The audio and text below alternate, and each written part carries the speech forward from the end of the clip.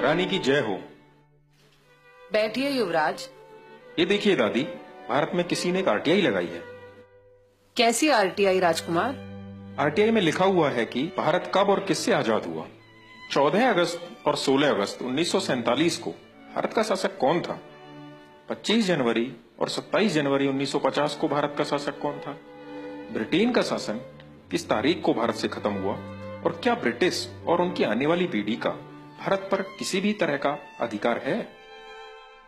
लेकिन भारत सरकार ने इस आरटीआई का कोई जवाब नहीं दिया और आरटीआई लगाने वालों का दावा है कि आज भी भारत पर आपकी ही हुकूमत चलती है। क्या ये सच है दादी? हमारे पूर्वजों का सपना था कि दुनिया पर उनके वंशजों की हुकूमत बरकरार रहे। मैं तो अब बूढ़ी हो चली हूँ और आने वाले समय में इस महान सिंहासन को तुम्हें ही संभालना है।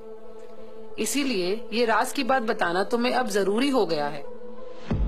बेटा, सच तो ये है कि आज भी भारत, पाकिस्तान, बांग्लादेश, ऑस्ट्रेलिया, दक्षिण अफ्रीका समेत दुनिया के आधे से ज्यादा देश हमारे गुलाम हैं। ऐसा कैसे हो सकता है दादी? भारत और पाकिस्तान को तो हमने 1947 में ही आजाद कर दिया था।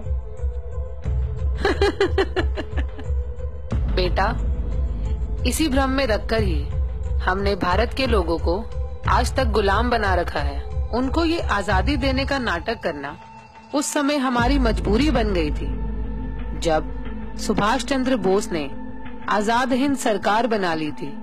इसी कारण से 1946 में भारत में हमारी रॉयल नेवी में भी विद्रोह हो गया था और जनता में 1857 की तरह विद्रोह होने वाला था। तब हमने गुप्त रूप से शासन करना ही ठीक समझा। गुप्त रूप से शासन का मतलब? भारत को हमने 99 साल की लीज पर वहाँ के अपने ही चमचों को सत्ता संभालने के लिए दिया था, ताकि भारत के लोगों को लगे कि देश आजाद हो गया। लेकिन सही मायने में आधिकारिक रूप से आज भी भारत पर हमारा ही कब्जा है और हमारे ही बनाए हुए कानून चल रहे हैं, जिससे आज भी हम भारत को खुलेआम लूटकर गरीब और लाचार बना रहे हैं।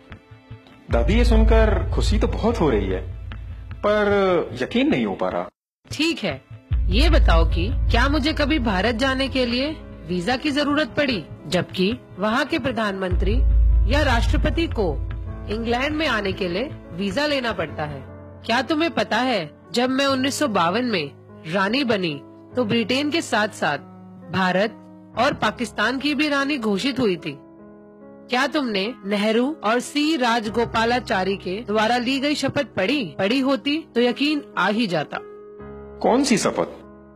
राजगोपालाचारी ने 21 जून 1948 को भारत का गवर्नर जनरल बनने पर शपथ ली थी कि मैं चक्रवर्ती राजगोपालाचारी गंभीरता के साथ इस बात को पक्का करता हूँ कि मैं हिज मैजेस्टी किंग जॉर्ज 6 और उनके उत्तराधिकारी के प्रति विधि के अनुसार वफादार, निष्ठावान रहूंगा और उनके प्रति पूर्ण भक्ति रखूंगा।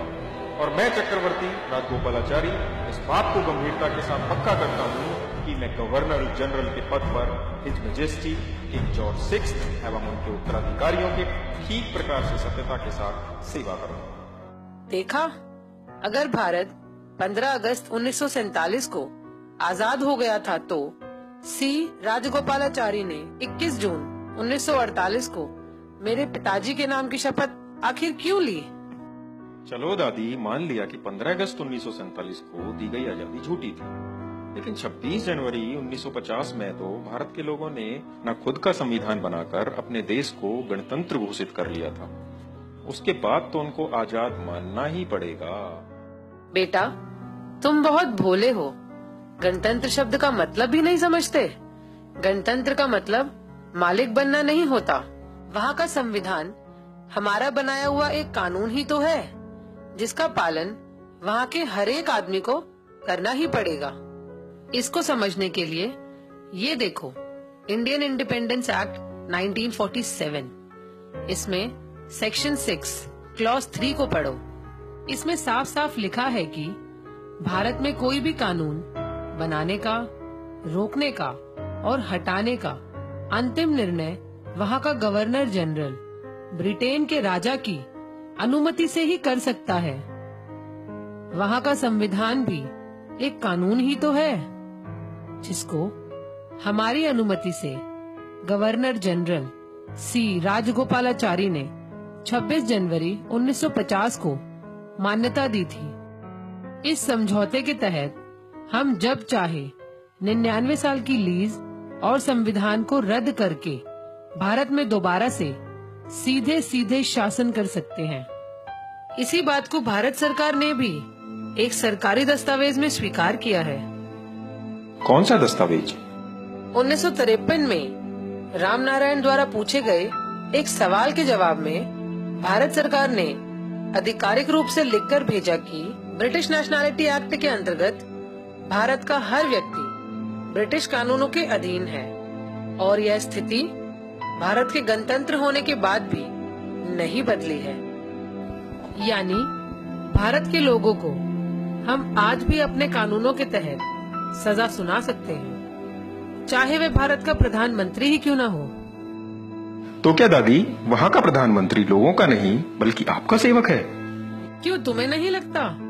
दिल्ली के बुराड़ी इलाके में जिस जगह मेरे दादा जॉर्ज पंचम का राज तिलक हुआ था, उसी जगह मेरे कहने पर मनमोहन सिंह की सरकार ने कोरोनेशन पार्क बनवाना शुरू किया, जिसमें हमारे दादा परदादा की मूर्तियां और हमारा एक विजय स्तंभ लगा है। और अब मोदी सरकार ने उससे भी ज्यादा हजारों करोड़ों रुपया खर्च कर उस पार्क का निर्माण जल्द से जल्द पूरा करवा दिया। इस तरह भारत के राष्ट्रपति भवन के सामने लगे खम्बे पर मेरे सितारे का निशान देख सकते हो, जो कि मेरे मुकुट और छड़ी पर भी है, जिसे मेरी इजाजत बिना भारत में कोई भी हटा नहीं सकता। और अगर भारत के किसी प्रधानमंत्री या राष्ट्रपति ने अपनी माँ का दूध पिया हो तो मेरे उस सितारे के निशान और कोरोनेशन पार्क को हटा कर दिखाए। और आरटीआई के जवाब में अगर भारत के राजपत्र पर यह लिख कर दे कि भारत के लोग वहाँ के सर्वोच्च शासक हैं और ब्रिटेन की रानी का भारत पर कोई अधिकार नहीं, तो मैं अपना सिंहासन उस आदमी के लिए खाली कर दूंगी।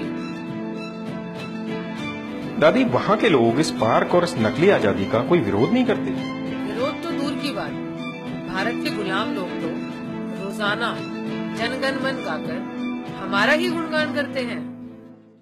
दादी, बाकी तो समझ गया, पर उनका राष्ट्रगान हमारा गुणगान कैसे? बताओ ना दादी।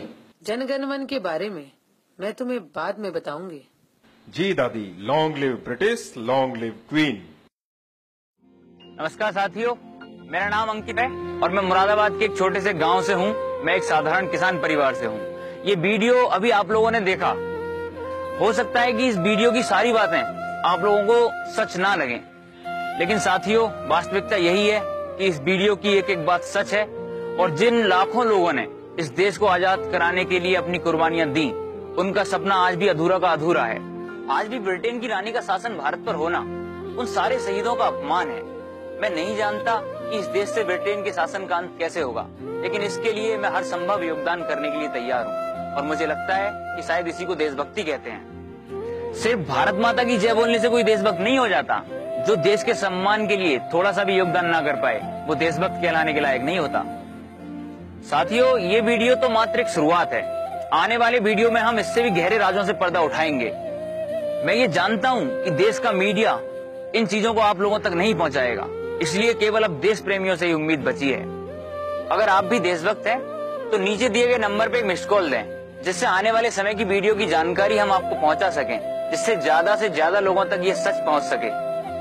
मुझे विश्वास है कि जिस दिन भारत के सारे देशभक्त लोग इकट्ठा हो जाएंगे, उस दिन न सिर्फ भारत से ब्रिटिश शासन का अंत होगा, बल्कि इंग्लैंड की रानी भारत के लोगों के पैरों में गिरकर उनसे माफी मांगेगी।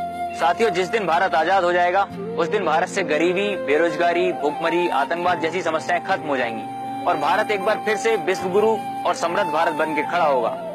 इसलिए आपसे उम्मीद है कि आप हमारा सहयोग करेंगे। भारत माता की जय, इंकलाब जिंदाबाद।